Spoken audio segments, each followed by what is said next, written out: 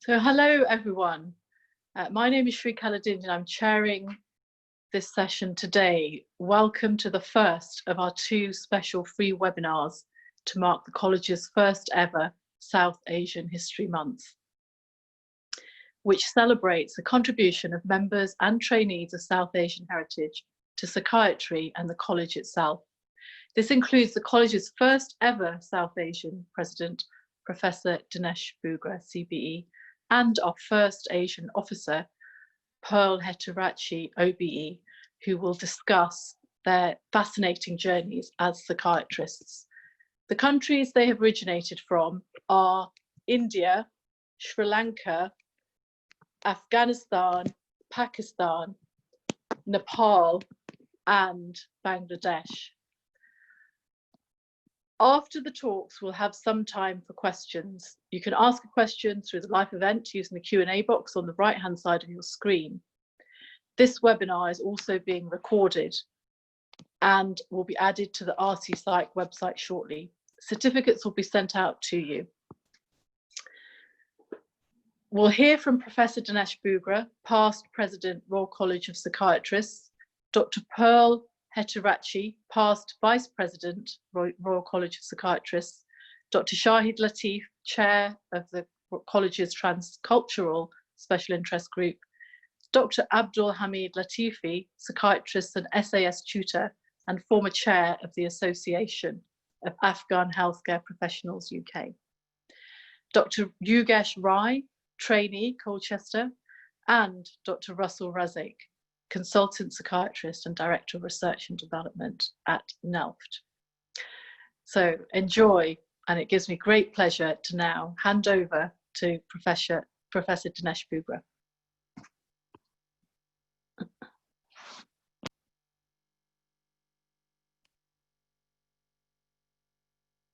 Hello.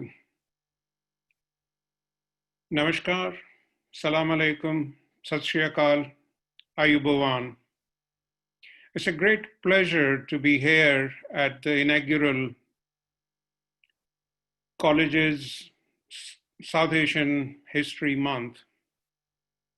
I'd like to take this opportunity to congratulate the college, its officers and staff for thinking of the idea and, more importantly, delivering it. This is in order to celebrate the contribution of South Asian psychiatrists at all levels in all specialities over the past 7 decades or more. What's really fascinating is that the relationship between the United Kingdom and South Asia goes back several hundred years. And that relationship brought people over for training, for education, for delivery of services. But before I go further in my own history, I would like to take this opportunity to thank thousands of South Asian psychiatrists over the years who've contributed a tremendous amount to the mental health and well-being of the populations in the United Kingdom. I don't want to disparage by excluding people specifically, but I would like to mention certain names.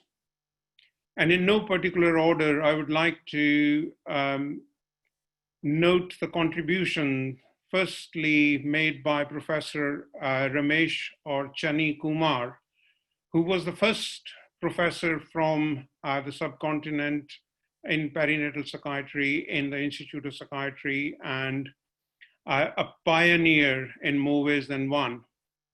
I would also like to thank Dr. Gyan Mehta, Dr. Raghunandan Gend, Dr. Pramod Jauhar,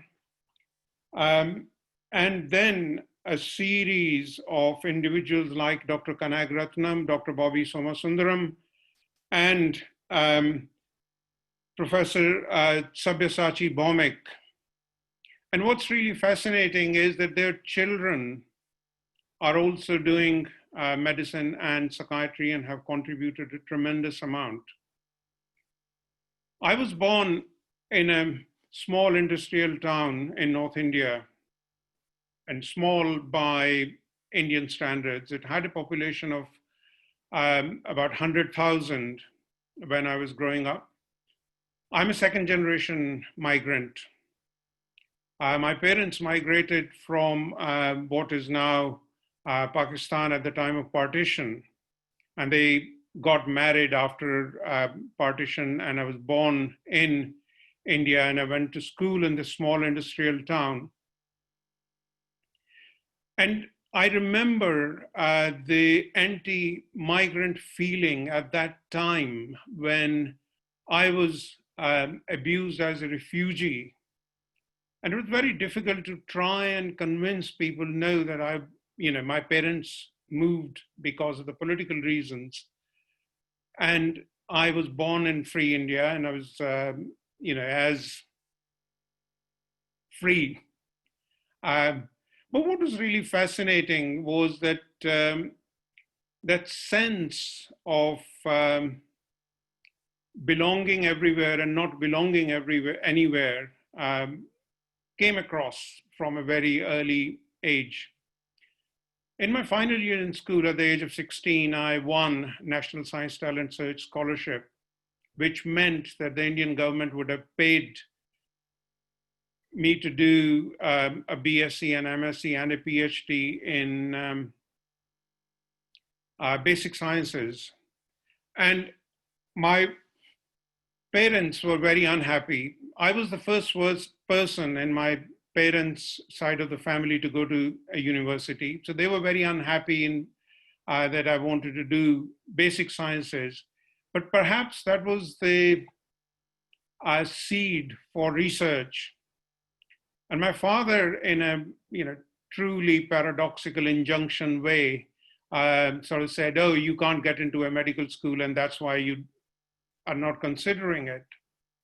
So I took up the challenge, and I got into Armed Forces Medical College in Pune, what is now called Pune.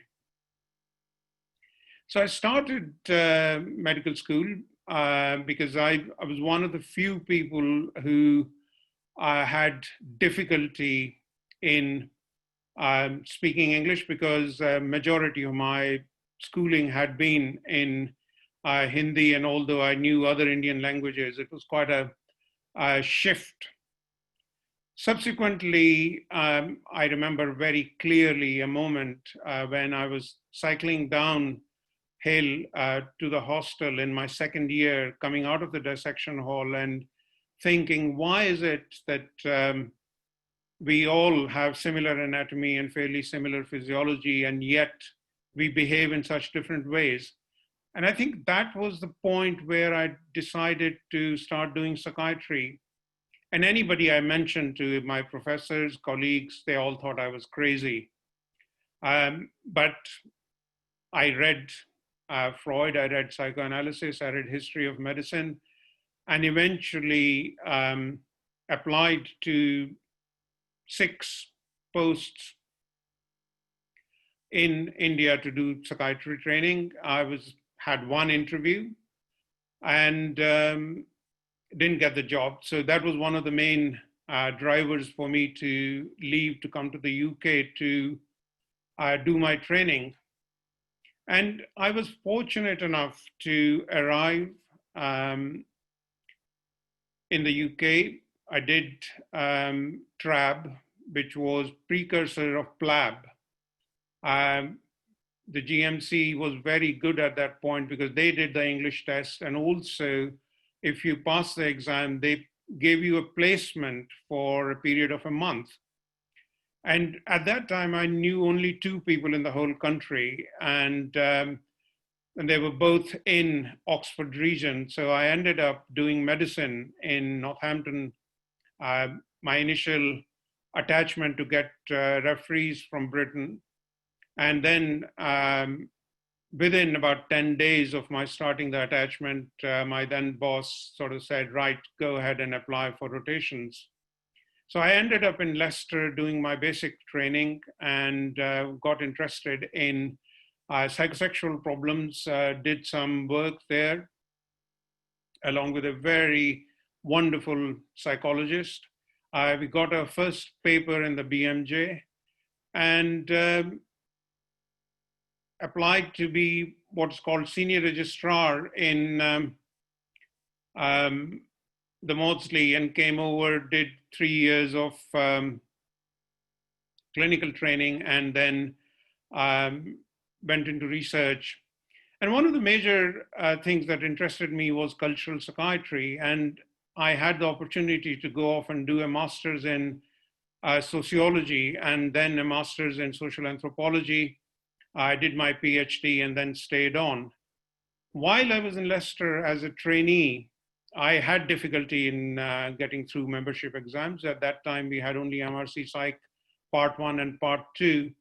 And partly it was the style of the exam, because I was not used to multiple choice questions and we were very good at writing essays. And subsequently, I moved to the Maudsley, did my PhD, and then worked through academia and developing my interest in cultural psychiatry. While in Leicester, I purely by chance, I stood for a trainee representative from the Trent division and joined the collegiate trainees committee, which is what sort of opened my mind to the role the college plays and what we can do. And subsequently, through various roles and responsibilities in various committees, I was elected dean and subsequently the president. And I am proud to say that thus far I've been the only president who's been elected unopposed. So obviously either I frightened people or people felt that yes, let's give him a chance. And I was fortunate enough to then be elected president of the World Psychiatric Association, which I did from 2014 to 17, and then president of the British Medical Association from 2018 to 2019. So my journey has been quite an interesting one, and it's about opportunities, and it's also about delivering what you say you will deliver. But one of the big lessons for the trainees in particular is, firstly, whatever you do, have fun. If you're not having fun, then there is something wrong. You change the job, change something in your job. Always create a portfolio of different things, of trying to do politics, research, teaching, clinical work, of course, but create a portfolio. And second message really is, don't grow up. Opportunities will come your way and you will have to make the most of it. If you get an opportunity, do the best you can. And it is important to remember that psychiatry is the best medical specialty, bar none. It's most intellectually stimulating, most fun, most intriguing. And one of the lessons as migrants is that you automatically have to learn how do you deal with your anxiety and how you deal with your ambiguity of working with patients. And if you can deal with both of those, you will make a good psychiatrist. Thank you very much for listening. And thank you so much to the college again for organizing this wonderful History Month. Thank you.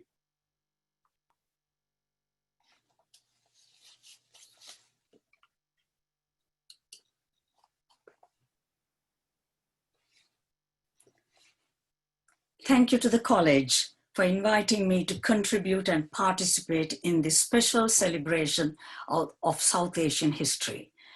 As Dinesh said, it's a celebration of contributions made by one and all. I start with my career telling you all, sharing my support and the inspiration I gained from others. My journey through psychiatry started in 1968 as a young doctor, wife and mother from Sri Lanka to being appointed the first South Asian ethnic minority office holder of the college in 1995. I'm still working. Mine was an unusual journey as I took up psychiatry with little knowledge as to what it was about. It was to secure accommodation so that our young daughter Ashanti, who we left behind, could join us. It started at St. James's Hospital, Portsmouth on the 10th of June, having arrived in the UK on the 6th of June. It was a clinical attachment to assess my spoken and written English by the then Wessex Regional Health Authority. These were difficult days, which many of you would have experienced in a new country, adjusting to a whole new way of life with limited or no resources, no security, no home, family or friends. However, we had each other, my husband Sydney and myself, our degrees and our faith. At this early stage, Dr. Christopher Hall and John Revens of the Wessex Regional Health Authority kept a watchful eye on our progress. This was really comforting to know that there was somebody there. My husband similarly did a clinical attachment, hoping to get a post in pediatrics. But sadly, within 3 months of us arriving, my father-in-law died and he had to return home at a cost of airfares of £390. I had by this time been offered a locum registrar post at St. James's. I continued training and completing both the DPM and membership exam within 4 years, because our whole purpose of coming to the UK was to get our exam. So we got on with it and was appointed consultant in 1975. My husband also completed his exams and he too was appointed consultant. We both owe a debt of gratitude to the late Dr. Ian Scotto and Dr. Stephen McKeith for the excellent course they ran at the Wessex Regional School of Psychiatry. They were both such dedicated teachers and trained us with passion and enthusiasm. Their total commitment was to see each student become a fully trained, competent psychiatrist. The training period was challenging, as many of you all know, combining both of us working full-time, training, attending day release courses, on-call duties, and family life. At that time, we had 3 children, Ashanti, Shahan, and Shimain. I approached my consultant post with passion, great enthusiasm, introducing novel and innovative approaches in the treatment of the elderly, access to services, and a widespread program of teaching and training. This saw the development of psychotherapeutic services to patients and carers, the UK's first travelling day hospital for the elderly, and the Wessex region's day release course in the psychiatry of old age. I ran it single-handedly for 5 years, and it trained about 600 to 700 key people who are working even today. I worked with the late Pearl Goddard, who was the pioneer of old age psychiatry in Portsmouth. We jointly ran a star-studded unit, the 2 Pearls, charge nurse Diamond and staff nurse Ruby. She was my friend, my mentor, and she supported and encouraged me in all I did. I miss her very much dearly, even today, although I have a large family around me. She sadly died soon following retirement. I spent 16 long years in Portsmouth, extremely happy, and left as chairman of the division. I was headhunted and appointed consultant in Winchester in 1984. It was like returning home because I'd lived in Winchester from 75. Here was an opportunity to set up a community-based service with no institution to dismantle. I had in some ways outgrown the institution because it was an amazing Edwardian institution, St. James's Hospital, but I needed to be free to do everything in the community. My early months and years in Winchester were unfortunately most traumatic, with racism, overt and covert, and it was a baptism of fire. I was the first female consultant appointed in any specialty, and I was also a sari-wearing consultant. Can you imagine that? I arrived in Winchester as an experienced psychiatrist, and there was difficulty in the team accepting my leadership. The consultant who was there before me died a few weeks prior to my starting my appointment. And in a way, I was punished for his death, and they couldn't accept that I meant running a good, effective, multidisciplinary service run collaboratively, which was patient-centered. There was obstruction, obfuscation, and a total lack of cooperation. This led to many team-building exercises, employing highly paid leaders. It was a nightmare. There were grievance procedures against me. Senior managers were colorblind and couldn't deal with the racism that was staring them in the face. I share this because it must be the experience of many, many trainees today. And I don't want you all to give up hope, because here I am still working. Throughout my career, I've combined my clinical work with contributions to other health-related organizations. These were varied. It's in my blog: Royal College of Psychiatry, General Medical Council, Mental Health Act Commissioner, CQC, Department of Health, working with the Chief Medical Officer, BMA, lots of volunteer organizations. I looked after the clergy from 2 dioceses, lots of alcohol problems amongst the clergy. I did it all on a voluntary basis, Southampton University and the Regional Health Authority. I need to share with you the distinction awards committees, because I was a member of the local committee, the regional committee, and the national committee. And when I was appointed to the regional committee, I was the only brown face there, and a sarried brown face. And it was intriguing, because this is the committee that gives out thousands, millions of pounds as bonuses to consultants for a lifetime service and for service beyond the call of duty. I was there seeing how it worked, and it was just amazing. I think I had a good impact on it, and a lot more people received awards because of me.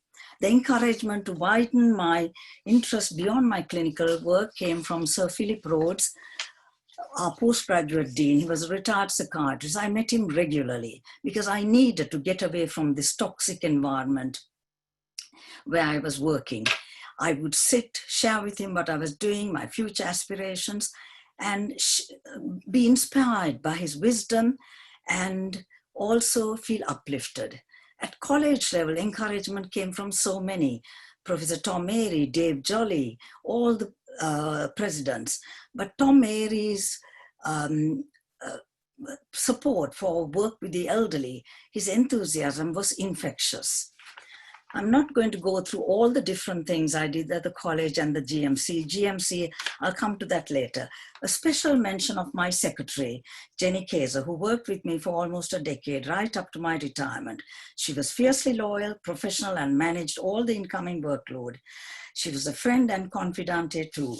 I needed that during the time of that terrible Parkwood debacle. I retired from my consultant post at the age of 60 in 2002, but continued with all the other health-related activities. In all my work, I have strived to achieve systems that are fair, just, and discrimination-free. I have always aimed to provide patient-centered, quality-assured care to each patient and their families. On some occasions, I've taken unpopular stances in the best interest of my patients.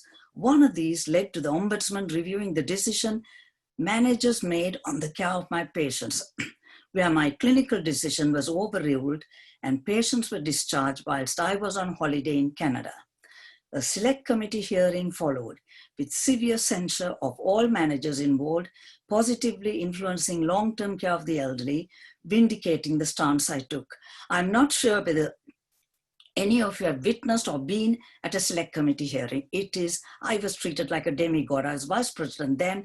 The panel said, "Dr. Hettiaratchy, you must sit here." And they greeted me by saying they were very grateful that I should have been in India at the Congress, but they also greeted me as the vice president of the college, but treated me so well, and the manager was stripped apart. It was really very sad. During that traumatic incident of 3 years, from 1994 to 97, the late Robert Kendall, Mac Armstrong, BMA, Sir Donald Irwin, all of them helped me and supported me. I'm coming almost to my end. There were many firsts in my career. The reason I want to share it is not to brag about it, but to say, each of you all as trainees can achieve it. In 1994, I was the first Sri Lankan elected by the profession to the General Medical Council. Very important work. And if you're thinking of it, go for it. I served 2 terms. In 1995, you heard about the college. 1997, I was appointed the first overseas qualified Asian ethnic minority doctor to serve as a GMC screener. That was an amazing piece of work. You get in the intricacies as to how complaints are dealt with. And did I keep quiet? I was really a hawk there.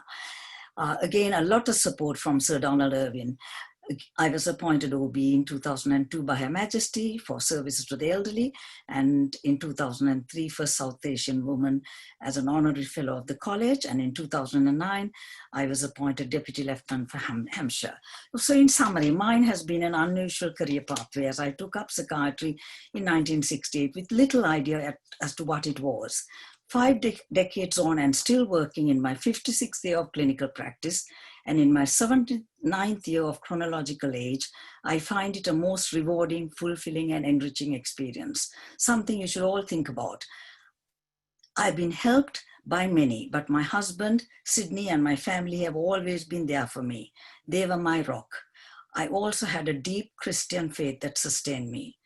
Great tribute to my late mother-in-law, Muriel Hettiaratchy, who came to live with us as a widow from 1969 for 25 years. She was there all the time, caring, nurturing, and supporting us so that each of us in the family could achieve full potential. And that 3 children have also achieved it.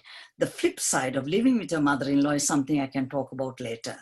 Combining my professional and personal life was crucial to me.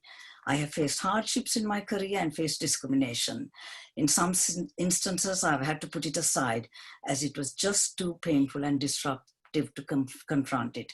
Today, with 33% of doctors on the medical register and 40% of members on the college register from BAME communities, I would hope that equality can be achieved by staff and patients alike. That is my fervent hope, and I continue to battle on. Thank you.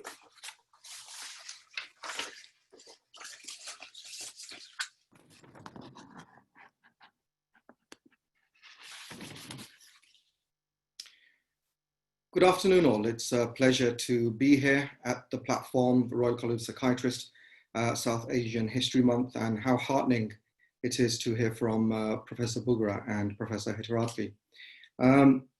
Obviously they've had long journeys. Just to start, I think I've done a bit of a boomerang, and I think that would be important. By boomerang, I mean that I was actually born and bred in the UK. I was born in London, and I went back to Pakistan where I stayed for approximately 15 years, completing my medicine, pre-medicine and medicine.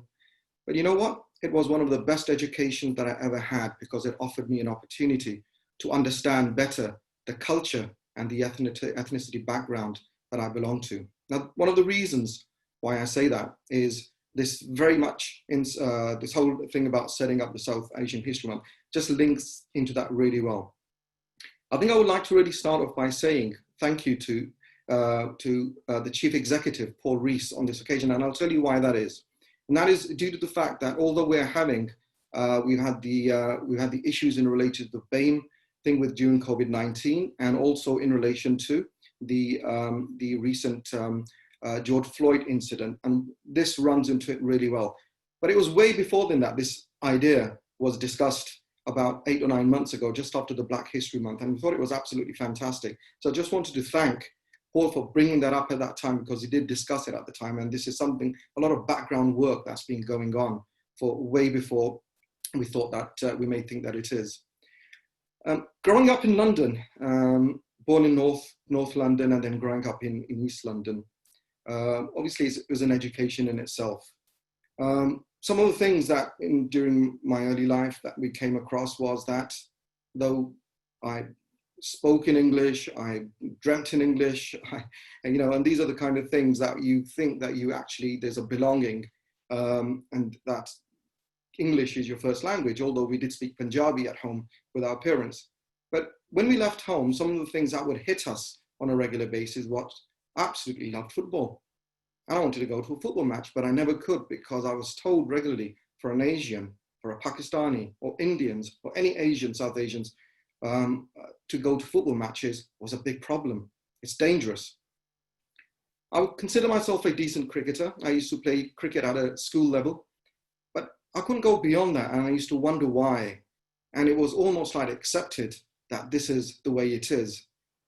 Fast forwarding, in my early teens, we migrated back to Pakistan. My family moved there. So I thought it would be a big culture shock, but it was. We didn't manage to settle in really well. I embraced the culture which I belonged to, and there was a sense of belonging. I was able to play cricket, I was able to play hockey and all the sports that I enjoyed, but at the same time, one of the things that I really felt was some of the things that we hear about when we were growing up, some of the programs on TV, etc., some of the things that we hear from different individuals when I'm growing up in England. It's not exactly that. And you know what? This is something to be proud of, to be from a background, of a Pakistani background or a South Asian background. Completed my medicine from Pakistan and came back to the UK. And one of the first things that started to hit me, or I started to think about while readapting back into the boomeranged journey that I've been on was, where do I belong? First 12, 13 years in the UK, next 14, 15 years in Pakistan, and here I am back in the UK. But where do I actually belong? Where do my culture, where do my roots actually belong? Where the affinity is? And one of the first things, or something that I established really early on, you know what? I belong in both places. And that's what diversity is all about. One of the plus points, I believe, that Asians who've traveled, one of the advantages, I believe, which they have, is the process of adaptability. It's not an easy process, and we read about when we study psychiatry about migration, etc., and how difficult it is, and all the challenges that we have to face, and how we have to mitigate some of those challenges. And I must say that because of that adaptability, has made us much, much stronger. And actually, the other thing that I really picked up on is the advantages that we have. And that advantage, especially in being a psychiatrist, is being able to offer being a much more rounded psychiatrist, an understanding of diversity, an understanding of culture. And these are some of the things that South Asian psychiatrists have brought to UK, to medicine, to psychiatry. Diversity, color, cuisine, art, academia, just to name a few things.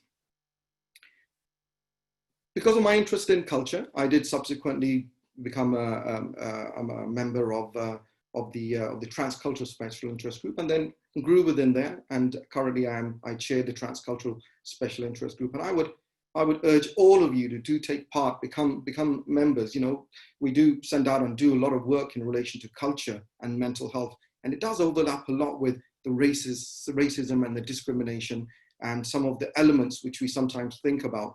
I remember during my early time, when I did come back and I was training as a SHO in Leicester, and though it's predominantly Asian, but you still feel some elements of differentiation.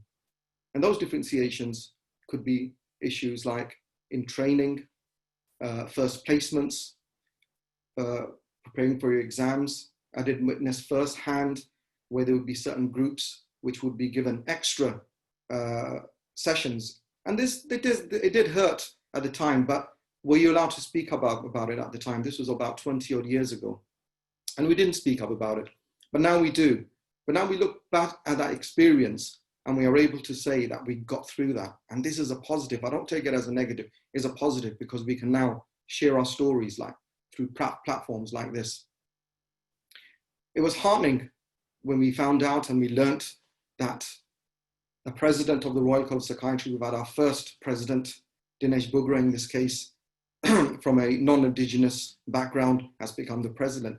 And I think that was really the springboard for a lot of South Asians like myself to say, hey, we can go forward. And I think with the adaptability and the diversity that we bring, we got a lot more to offer. One of the recent events that you may all be aware of was the Garber case. And another, I think, watershed moment where not only South Asians, but other non-Indigenous professionals, doctors, psychiatrists, etc., it gave an opportunity to understand better issues related to structural discrimination, etc., and how we start working on those. And one of the things that we can be proud of, that many of us have worked together and put our heads together and worked really hard in an attempt to fix some of these. When we look at some of the football stadiums, we see a logo there going there, kick racism out of football. And that's a constant message which has always been there, going back to the Laurie Cunningham days, if some of you may remember, when there were hardly any non-white players in football. And look how it is now. It's all through hard work. And we need to follow a similar process. I feel really proud that the college is doing something very similar to send a message out there, a very clear message. And this is something for us as South Asians and other non-Indigenous to really work hard positively, because there is a lot of positive work that can be done. And what I would say is that in our own sphere of influence or network of influence, we must work hard and not give up. In the year 2000, I heard about an organization called the British Pakistani Psychiatric Association, which I initially would attend some of the conferences. But it was heartening to see that despite all the differences, that I have something I can latch onto. The founder member, Abdul Makdoum, and followed by individuals like Mateen Durrani, Hassan Javed, etc. I think I need to give them a mention because they've worked very, very hard. And I'm specifically talking about, as I'm representing Pakistani doctors along with South Asians as well, that they worked very hard in the background in order to bring these kind of organizations to the fore. And subsequently over the years, some of the people we look up to, individuals like Afzal Javed, who has now become the president-elect for the World Psychiatric Association, and the kind of work that he's doing, not only for the West, but also back home as well, is phenomenal. Dr. Murad Khan, who's currently the Dean of Aga Khan University in Karachi, and also the President of the International Association of Suicide Prevention. And we look up and we feel that it's our opportunity to work and do something similar, because you work hard, you can get there despite the challenges. And just to mention a few other individuals like Dr. Hashim Razak, Tayyib Tayyir, Yasser Abbasi, these are just, and if I've excluded anybody, it's only and only because the time limit here, but I must say that these are individuals who have taken psychiatry from a South Asian background and working hard in offering platforms to individuals like myself, and hopefully going forward for yourselves as well. The take-home message, I suppose, for myself, just to end, would be never give up. Consider yourself at an advantage. If you give up, obviously there will be problems, and obviously it will end there. So the advice for myself is, you've got too much to offer, and you're an asset to this is to the younger trainees who are coming forward, not only the ones who are coming from other parts of the world, but also trainees from the non-Indigenous population, South Asian in this case, who are graduating from the UK. Work hard and never give up. Thank you.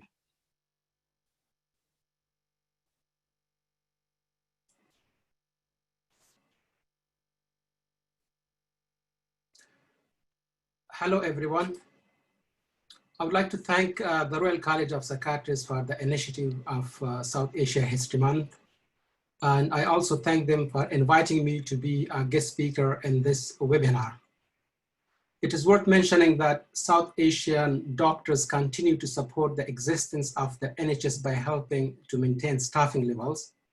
Especially, they played an important role in the development of general practice and psychiatry. I want to divide my talk into 3 parts. First, my personal journey and what and who inspired me to become a psychiatrist. I'm from Afghanistan, and you all know that Afghanistan is in a war for the past 40 years. I fled Afghanistan at the end of 2000 and came to the UK as a refugee. When I met some other refugees on arrival, they told me that it is very difficult to become a doctor in the UK. Just learn a little English and try to learn how to drive to become a taxi driver. That's what we all do. I said, okay, fine, but I had my own plans. From early age, I wanted to become a doctor to help people and to serve Afghanistan and war zones, because there are so many people suffering and they don't have much help.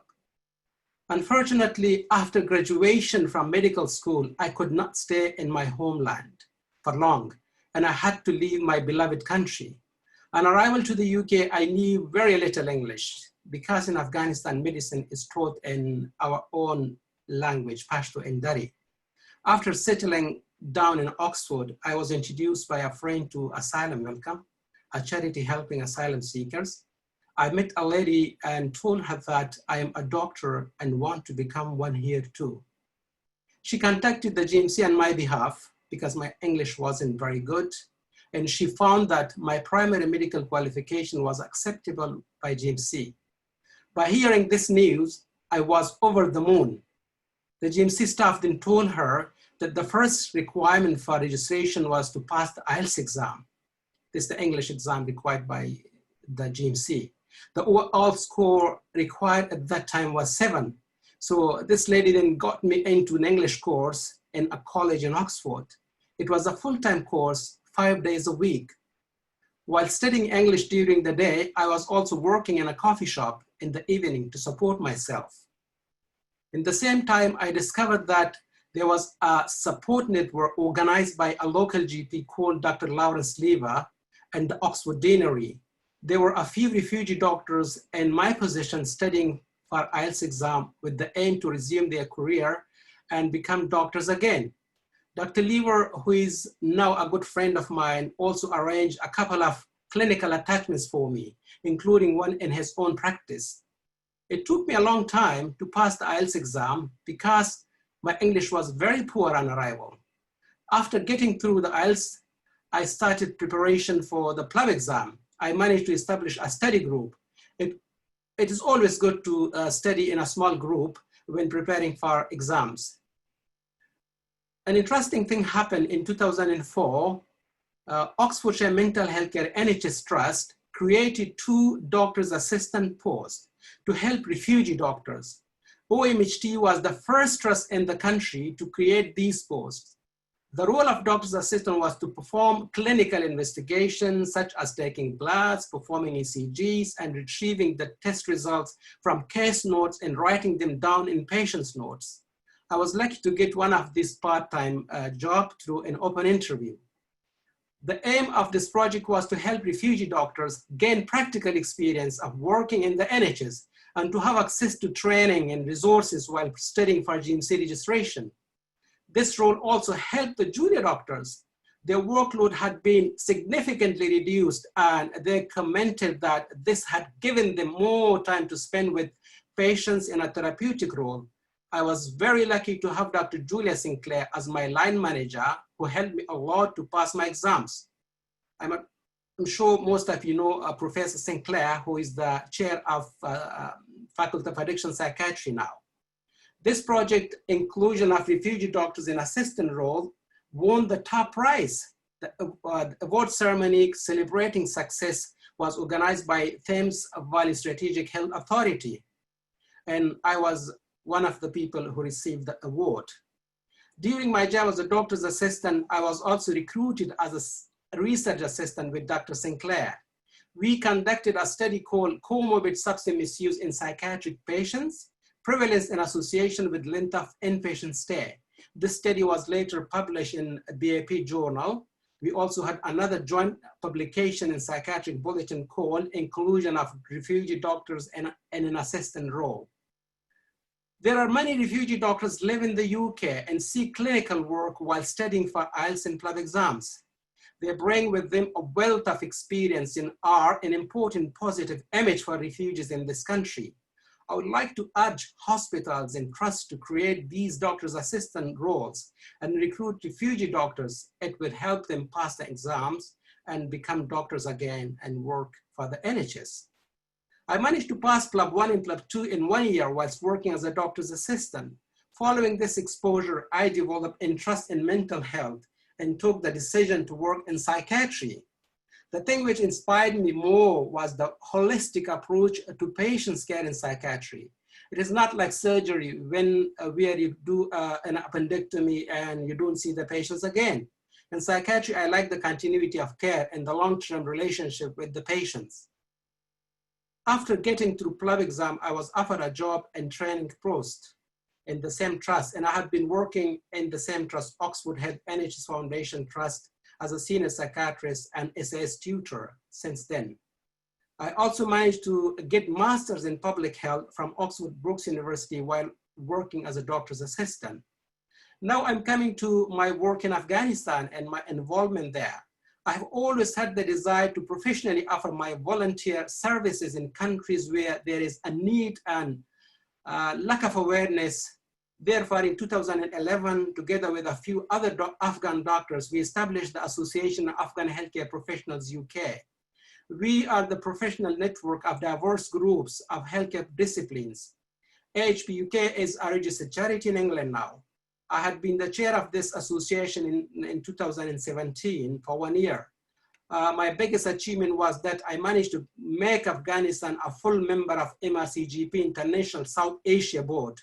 Afghanistan's family medicine training is now a recognized training, and Afghan family medicine doctors can set the MRCGP International exam without the need for working in the UK.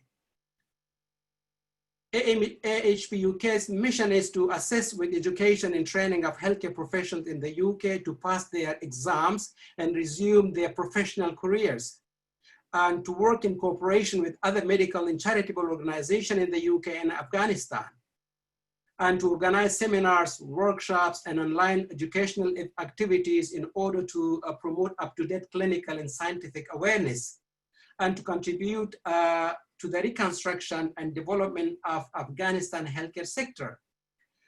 In AHP UK, we conduct annual fundraising events in London, and we have implemented many small-scale projects in Afghanistan, in different parts of Afghanistan, ranging from cataract operations, clean water, helping the victims of natural disasters.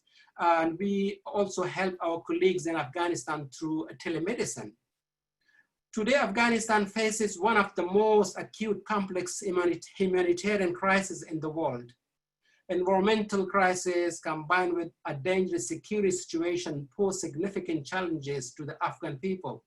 Despite many developmental advances over the last 30 years, Afghanistan remains an extremely volatile and fragile country following almost 4 decades of instability. The health sector, in particular the mental health care, is badly served in Afghanistan, where it is largely associated with psychosis, with little understanding of PTSD, depression, or anxiety. There are only about 40 psychiatrists in the whole country with a total population of 35 million. The Alauddin Hospital in Kabul is the only public national referral mental health hospital for all Afghanistan. I'm actively involved in improving the healthcare system in Afghanistan. I visit Afghanistan at least once a year. During my visit, I gave a presentation to colleagues and raised public awareness through social media and national TV channels. In May 2019, together with 4 other UK-based Afghan doctors, I attended a 1-week training course in professional healthcare regulation consultancy. The course was delivered by the General Medical Council of the UK in the GMC offices in London and Manchester on behalf of the Afghanistan Medical Council, AMC. AMC is a newly established regulatory body for doctors and dentists in Afghanistan. In July last year, I went to Kabul, Afghanistan, and provided AMC staff with training and medical registration, licensing, and fitness to practice. I'm now a formal trainer to AMC. I also have collaboration with Afghan Red Crescent Society, which is the main charitable organization providing shelter to the homeless and destitute people. They have 4 asylum houses or shelter houses. They call them marastoons for psychiatric patients. These marastoons are located in Kabul, Herat, Nangarhar, and Kandahar provinces. Each of these houses accommodate up to 80 patients. They do not have qualified psychologists or psychiatrists there. All they do is offering them with shelter and general physical health care. In July last year, I spent 3 days in Kabul Marastoon. This particular Marastoon provides shelter and protection to 78 female patients. Although some of the patients were there for more than 5 years, unfortunately, they were never seen by a psychiatrist before. I managed to assist 32 patients in these 3 days and started them on appropriate treatment. I also spent one day in Jalalabad Marastoon. Again, this is run by ARCS. I saw a few patients there and started them on appropriate treatment. I found that depression, anxiety, and PTSD are alien terms in Afghanistan. Especially women are more likely to present to a doctor complaining of somatic symptoms, which on further inquiry happens to be an undiagnosed mental health condition. Psychosomatic illness features commonly in general medical outpatient clinics, and access to psychiatrists is non-existent in Afghanistan. Like other South Asian countries, in Afghanistan, huge stigma is associated with mental illness. This prevents many people from seeking help. Mentally ill patients are generally looked after by their family members. Most people consider mental illness as a punishment from God, possession by a devil or black magic. They take the patients to shrines and imams for treatment. Those patients who do not have family either end up on streets, if lucky, in an asylum house. So there is a lot need to be done in Afghanistan. Also, during the COVID-19 pandemic, I appeared twice on a national TV and once on Voice of America. I talked about the psychological effects of coronavirus on people's health. I also gave a lecture to a wide range of audience in Afghanistan via Zoom organized by Afghan Medical Council. Recently, I was a guest speaker on Afghanistan COVID-19 emergency response appeal. They're trying to raise £1 million for Afghanistan COVID-19 crisis. I would like to talk about, as a take-home message from here, that many psychiatric services in South Asian countries do not have the opportunity to further enhance their knowledge in psychiatry. That is due to lack of postgraduate courses in their countries. Governments and health planners in the region are now sensitive to the need of a well-established mental health service team in our region, with the important role that psychiatrists play in both primary and secondary care team. I'm aware that our college established South Asia International Division. We need to use this opportunity and this platform and work towards establishing South Asia Board to include all South Asian countries similar to the Royal College of GPs. They have South Asia Board consisting of 5 countries, including Afghanistan. Thank you very much.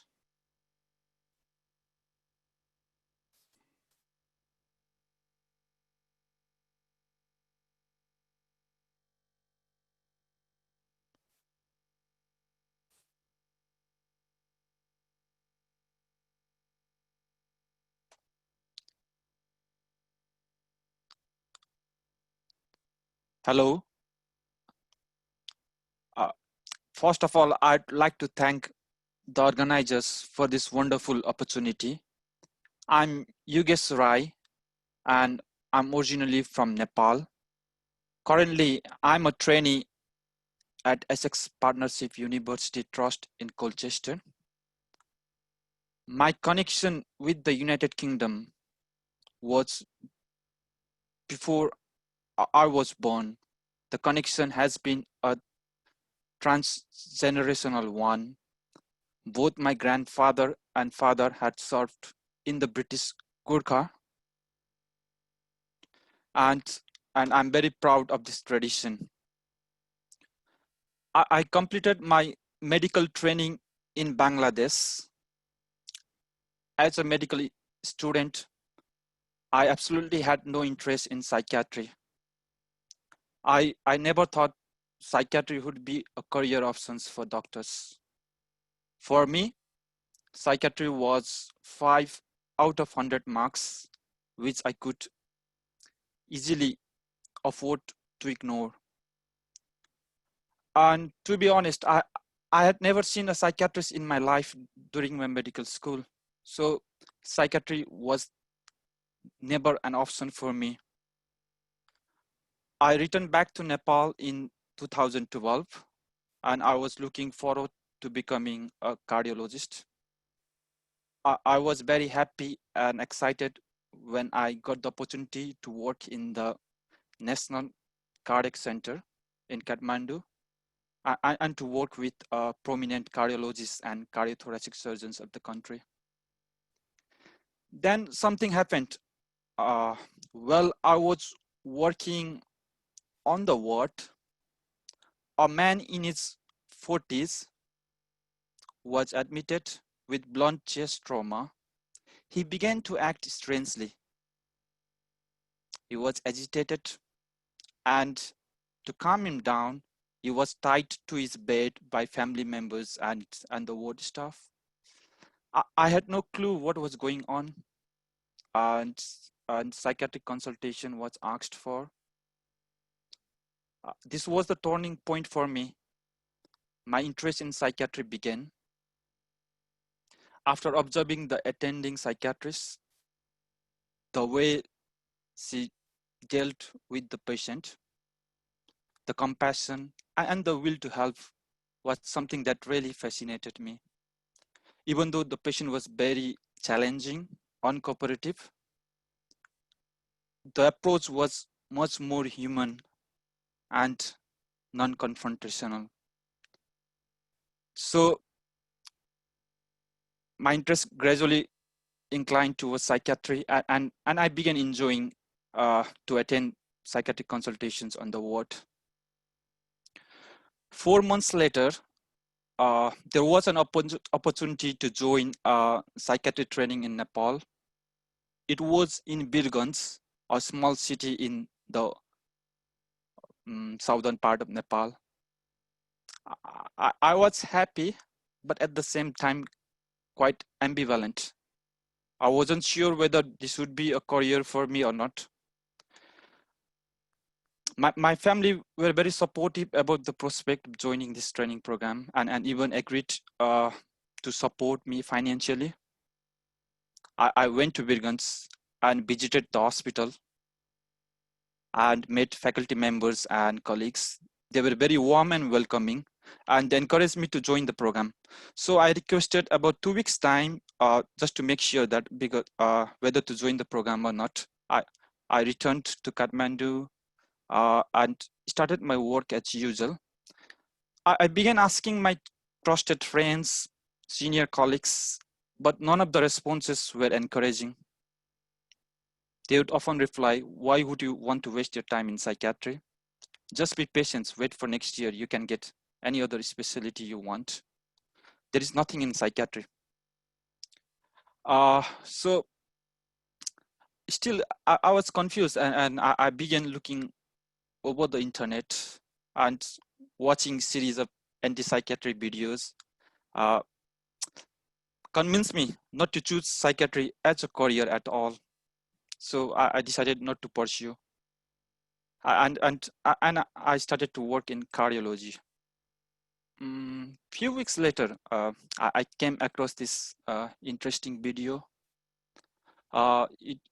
It was beards and bow ties. This was a cartoon by Choose Psychiatry program, and that depict the life of a psychiatrist, as well as various career options in psychiatry. This video really inspired me in the way that it really changed my perception of psychiatry, that psychiatry is fun, it's exciting, it's not boring, and it's worth pursuing for. Finally, I joined the program, and I'm usually indebted to all my teachers in psychiatry, especially Professor J.N. Bias. Sadly, he passed away last month. He was a great person, teacher, mentor, and father-like figure. I still remember his words vividly when I finished my training. He told that learning had just begun. Psychiatry has not ended, but this is just the beginning for you. And you always used to encourage lifelong learning. He will be sadly missed. And I'd also like to remember my teachers in medical school in Bangladesh. A few of them has lost their life during this COVID pandemic as well. So after I got into training, I reflected back in my own life, I realized that I had met so many people in my community who were suffering with mental illness in silence and didn't had any access to any kind of help or support.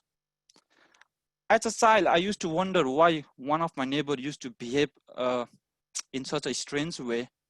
He was in his mid-40s, used to always stay at home, talk to himself, smile, laugh, shout, and at times walk naked. Then one morning, there was a huge crowd at his home. People were crying. And I went there and witnessed that he had hung himself and ended his life. Now I realize that how difficult it must be for him to live without any support and to suffer in silence.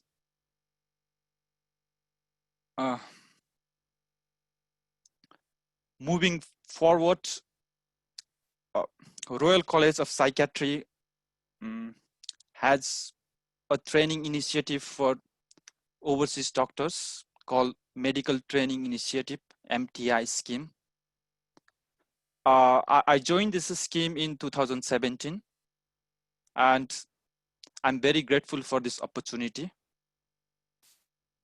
As we know, NHS has a global reputation for providing care as well as training. And I feel very privileged to be part of the system. This has enabled me to grow not only as a professional, but also as an individual. It has allowed me to work with people from diverse cultural backgrounds in various service facilities of psychiatry. And I've become more confident in myself, and hopefully I'll be able to make some meaningful contributions in the lives of people suffering from mental illness. Thank you very much. Thank you for listening.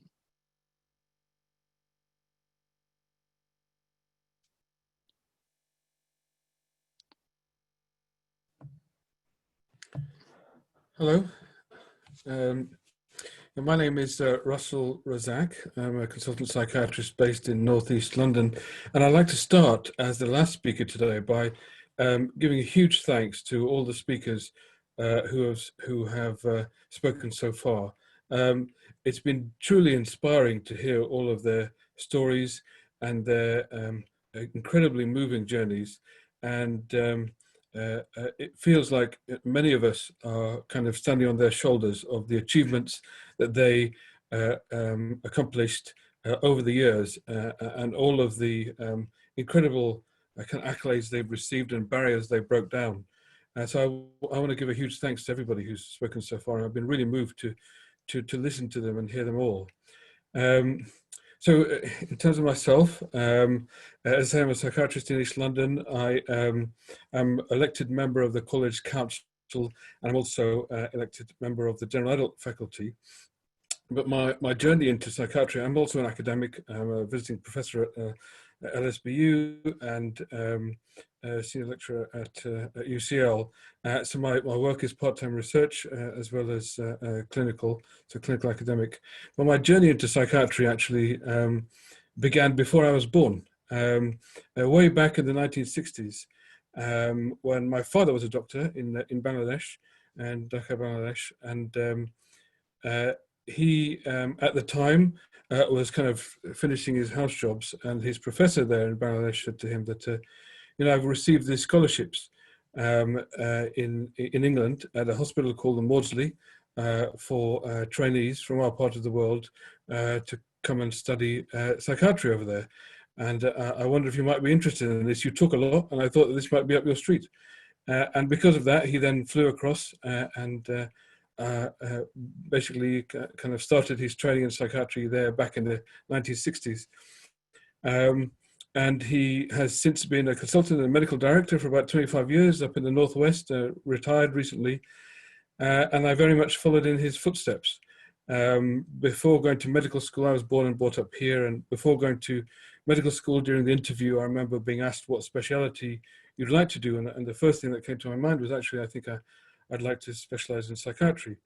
And one of the reasons was, I remember when I was very young, I think about 10 or 11 years old, having my tonsils out, and I was in the hospital, and my dad was sort of sitting by the bedside the whole time, and a nurse came and they started talking, and she discovered he was a psychiatrist, and she said, well, you know, I'm fascinated by this subject. I want to go into psychiatric nursing now, because I've been amazed by this for years. And I kind of remember the conversation and how completely in awe of the whole field of psychiatry this person was. And ever since then, I started to explore it. And that was clearly going to be my career path. And I don't think I'm the last generation in our family to become a psychiatrist. My daughter is only 4, but I see her in the playground, often kind of standing there watching the children before she joins in, playing intently, almost assessing their mental states. I feel like maybe there's something in our blood and perhaps she's next.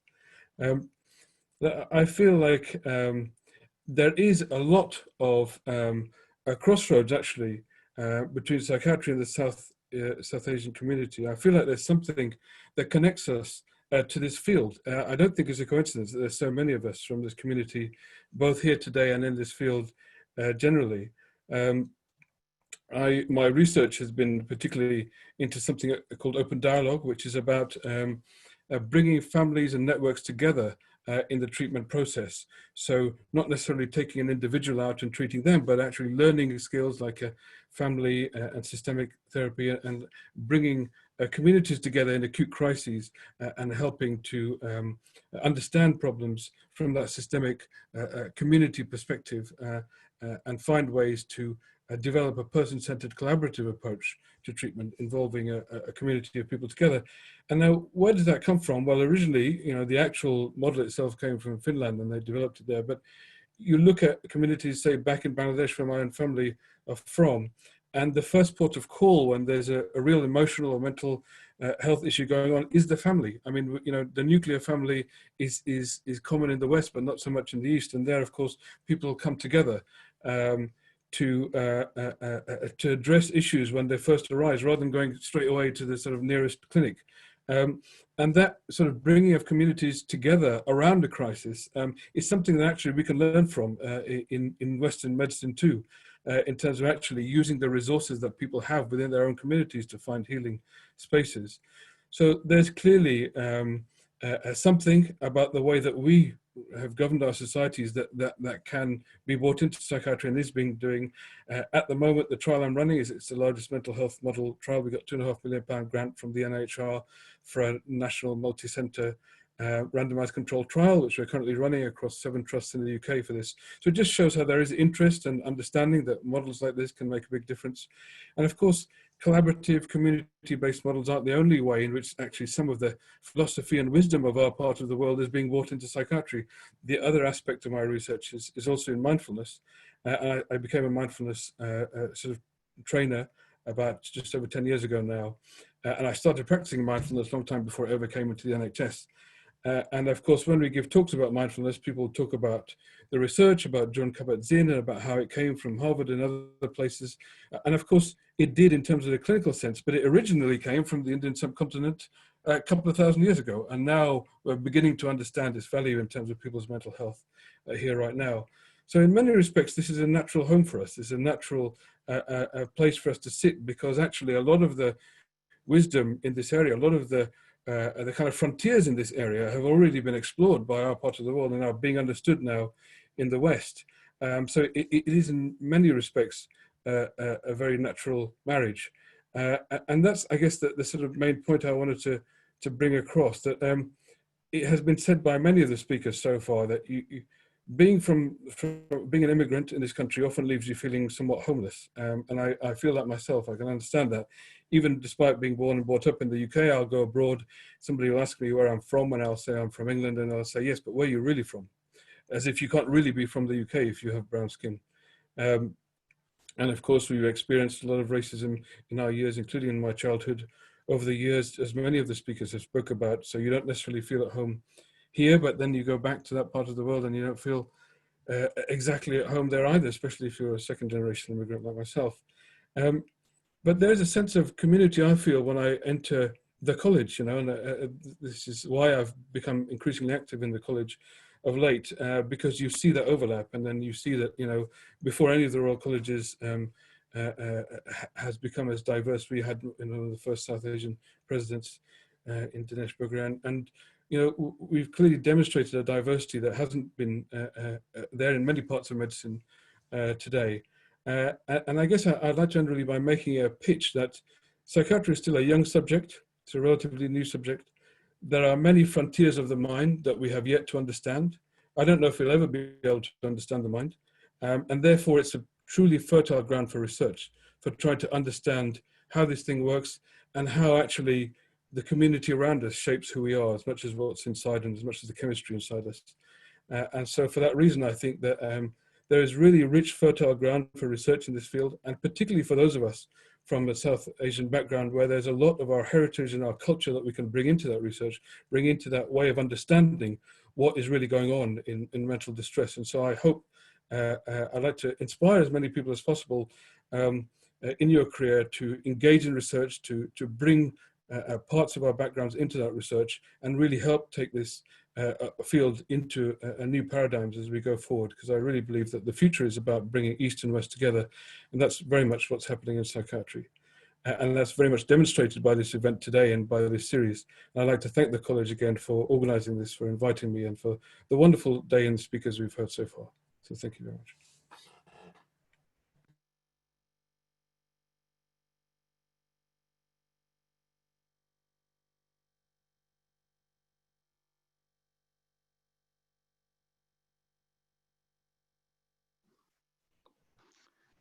Hello, my name is Dr. Santosh Mudholkar.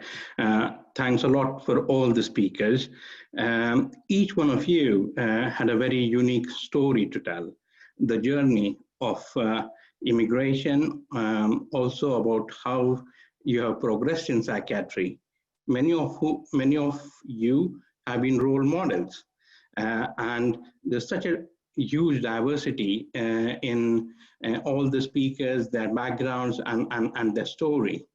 One of the questions which was asked was about why have a South Asian History Month, and I think some of the speakers have mentioned that, but we have around 3,700 college members who are from South Asian countries. We are a huge group within the college. The college previously did celebrate the Black History Month, the LGBT celebrations, and now is the turn for South Asian History Month. So I think we've had lots of interesting talks, but what themes come up are the resilience which all our speakers have shown in their journey of psychiatry, the way they have succeeded against all odds. I think it is time to take a few questions, and can I start by asking Professor Bhugra, one of the questions which was posed here is, how do we overcome discrimination? Professor Bhugra? I think that there are, there's absolutely no doubt that as migrants, as minorities, you have to work twice as hard to prove yourself. The point about discrimination is that it does serve a function, which is by creation of the other.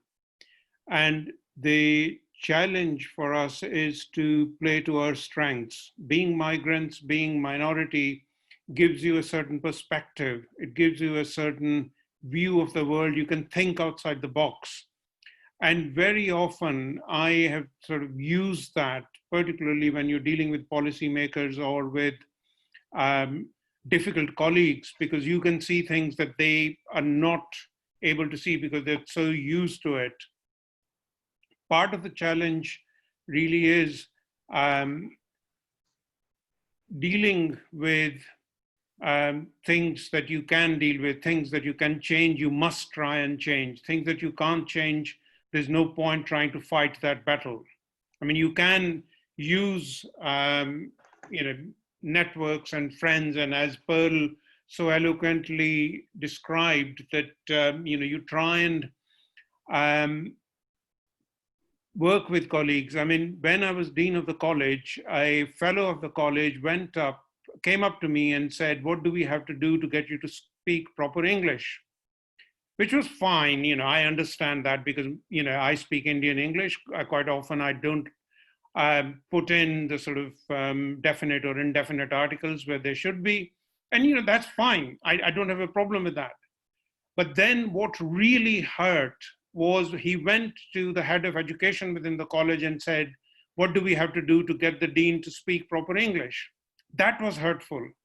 So the challenge, I suppose, what I'm trying to say is that there are different strategies that one can use, different parts of resilience that you can sort of say, well, okay, you shrug your shoulders and say, well, yes, that's my English. If you can't understand it, that's your problem, not mine. But it's the point that I'm making is that, discrimination is to do with, that's what sort of sociology taught me, that it's about creating the other because it validates who you are.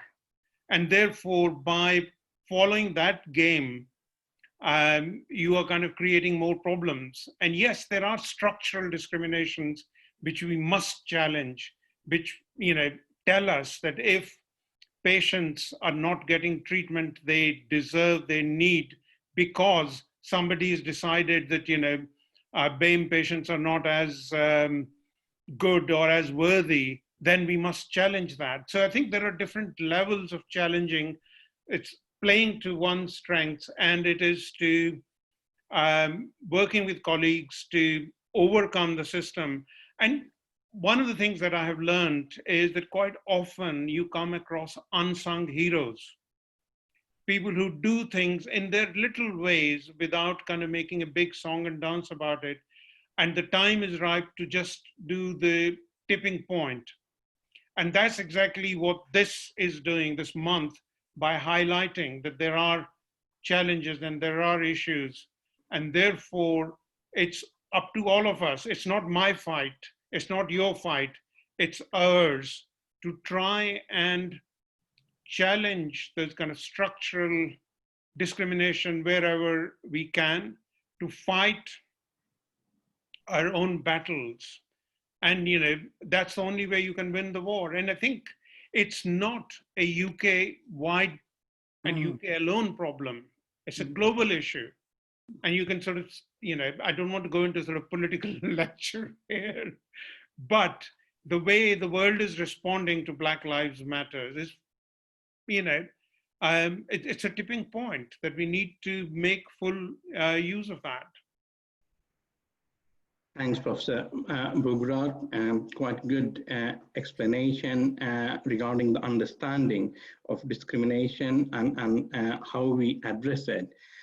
What I found really quite interesting was for the first time I have heard prominent leading authorities in psychiatry talk openly about racism, which I've not heard before. And I think what this webinar has given us is also a safe space to discuss the issue of racism and discrimination, which we've not really had such discussion in any of the college forums.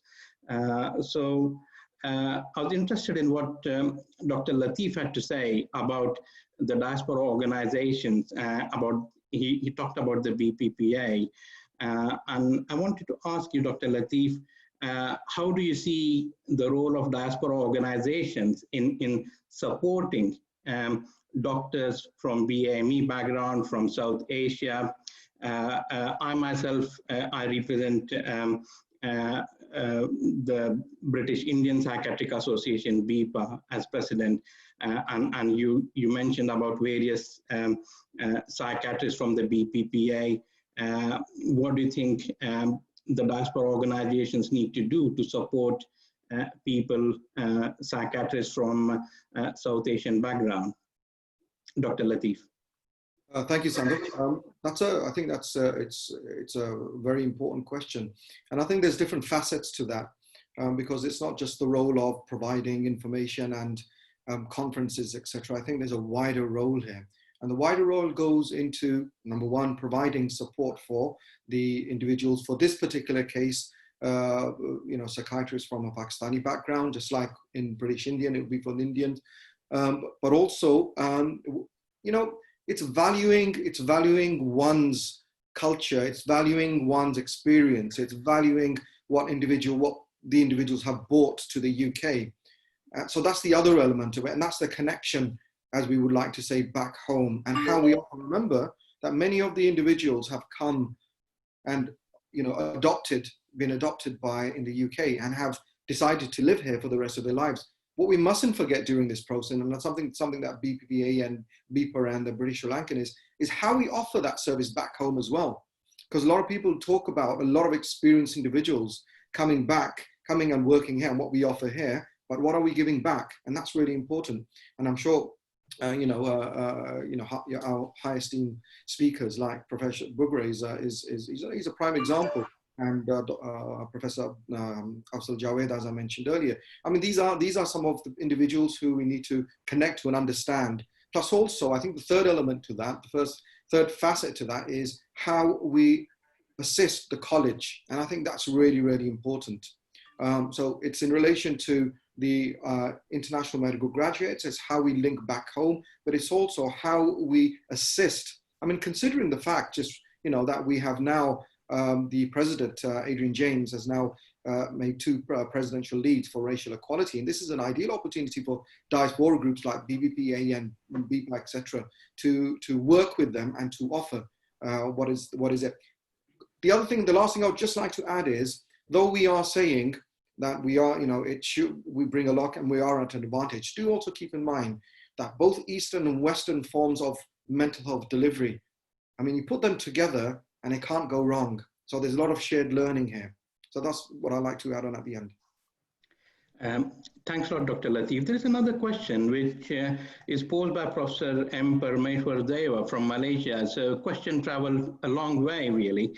And I think he asked a very interesting question. And what he's asking is, there's illustrious contribution by psychiatrists from South Asian origin to the success of the Royal College.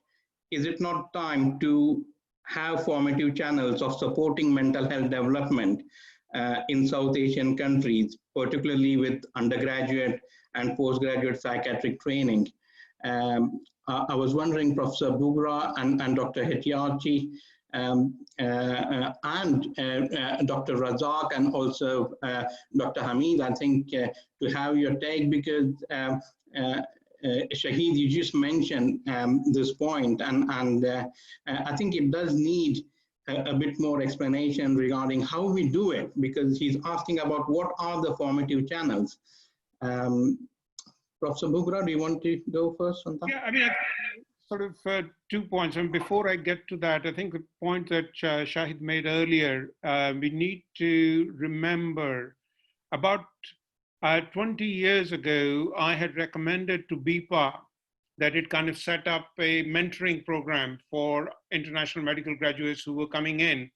As chair of the Overseas Doctors Training Committee in the college, we set up a series of induction courses where you spend 2 days learning about the NHS and what you need to do and so on and so forth. And I think those are the kinds of things that diaspora organizations can and must do. Going back to Deva's point, I think the big challenge really is the college has been at the forefront through its volunteering program for a number of years. It has clinicians, researchers, policymakers who have offered their time free, and college has paid for their flights as long as the local host can look after their local hospitality. And people have gone around the world teaching medical students, providing help and policy. And I think this is, again, something that I'm really glad that Afzal, as the incoming president of the World Psychiatric Association, is very interested in. So we had a three-way meeting with Adrian James on the second day of his taking over to try and develop what are the things that it's a kind of tripartite thing between the WPA, between the college and the local organization. And there are challenges, and particularly, we don't want to impose Western psychiatry and Western models. And I think that's a big challenge in global mental health. What we need is what is accepted locally, culturally, which is sensitive, culturally competent and appropriate interventions. And within that, I think there is also a tier of WPA collaborating centers which provide training, policy, or research links, so that you do research locally, which changes local policy, which changes local services. So I think there are different levels, and college has been in the forefront for a number of years, and now you've got a formal special interest group in volunteering. So it's something that various associate deans and associate registrars have been leads, and I think Subodh Dave has been doing some of that work as well. So the message for the members is be aware of what the college is doing. And I always used to say, and I'm going to say it again, ask not what the college can do for you, but what you can do for the college. Sure. There is the South Asian division as well, and I think collaborative networks within maybe strengthening the division would be one way forward. Dr. Hettiaratchy, yes, do you want I think the college has come a long way, hasn't it, in the sense that Adrian James' initiative in setting up 2 presidential leads within 2 days, he announced it on the 2nd of July. One of the key things he said was, there is no quality without equality. So the college is determined, and I think our outgoing president, Wendy Byrne, did a survey of all the college members, and the response a few years before the Mental Health Act was reviewed, and the response back from members of the college was that racism was prevalent in society, but also in the NHS. And I think this is why we are moving forward. But I think Kate Lovett, our dean's initiative in the international medical graduates, they've got a very good scheme whereby once a person is selected, everything is looked after by the college. There's a special officer that deals with everything. Their placement within the trust, the GMC registration, everything is looked after. So the college has moved forward, and I think we may be ahead of most other colleges in developing this, because my son is a surgeon, and I know there are college of surgeons. They all have a long way to go. Yes. Okay, thanks. Dr. Razak, you have experience of both UK and Bangladesh. You mentioned that in your talk. Do you want to add any comments to what has already been said? Yeah. I think it's been well described, really. The fact that there is a priority in the college to forge these relationships and keep them building, I think is really important and makes a big difference. I think there's also a lot of research collaboration that we're engaged in internationally. There's a lot of research that a number of academics engage in with WHO.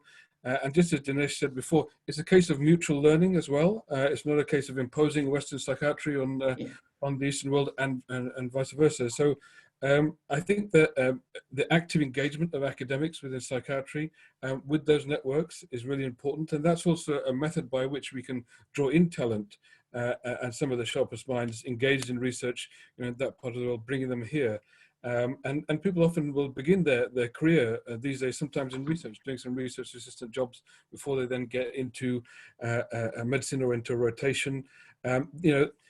fellowship jobs these days in research are sometimes difficult to fill because not enough people are getting into research.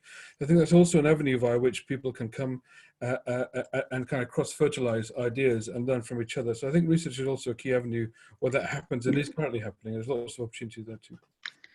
Thanks a lot, Dr. Razak. I think it is difficult to answer all the questions, but I want to draw in a couple of other speakers as well in the question answer sessions. I don't know whether Dr. Latifi, you want to mention anything? Yes, I just want to add in terms of the question from a colleague from Malaysia. Right. Said that the college, we need to do something from South Asian countries to develop the psychiatric services there. As I mentioned in my talk, Royal College of Psychiatry, GPs, they have something called MRCGP, International South Asia Board. Sri Lanka, Pakistan, Bangladesh, and now Afghanistan and India, they are board members. They have regular meetings once every 3 months. And they like our colleagues in those South Asian countries can set the MRCGP international exam, and they come together, they run courses, they talk about each other country's problems and difficulties. I went to Sri Lanka and attended one of the meetings when I was proposing Afghanistan to become a member of the South Asia board. So maybe something similar. I know currently the college has established South Asia International Division. I looked at some of the newsletters and the minutes. Currently it's mainly India is more involved. So we need to drag other countries into this and make it a board rather than just like South Asia International Division.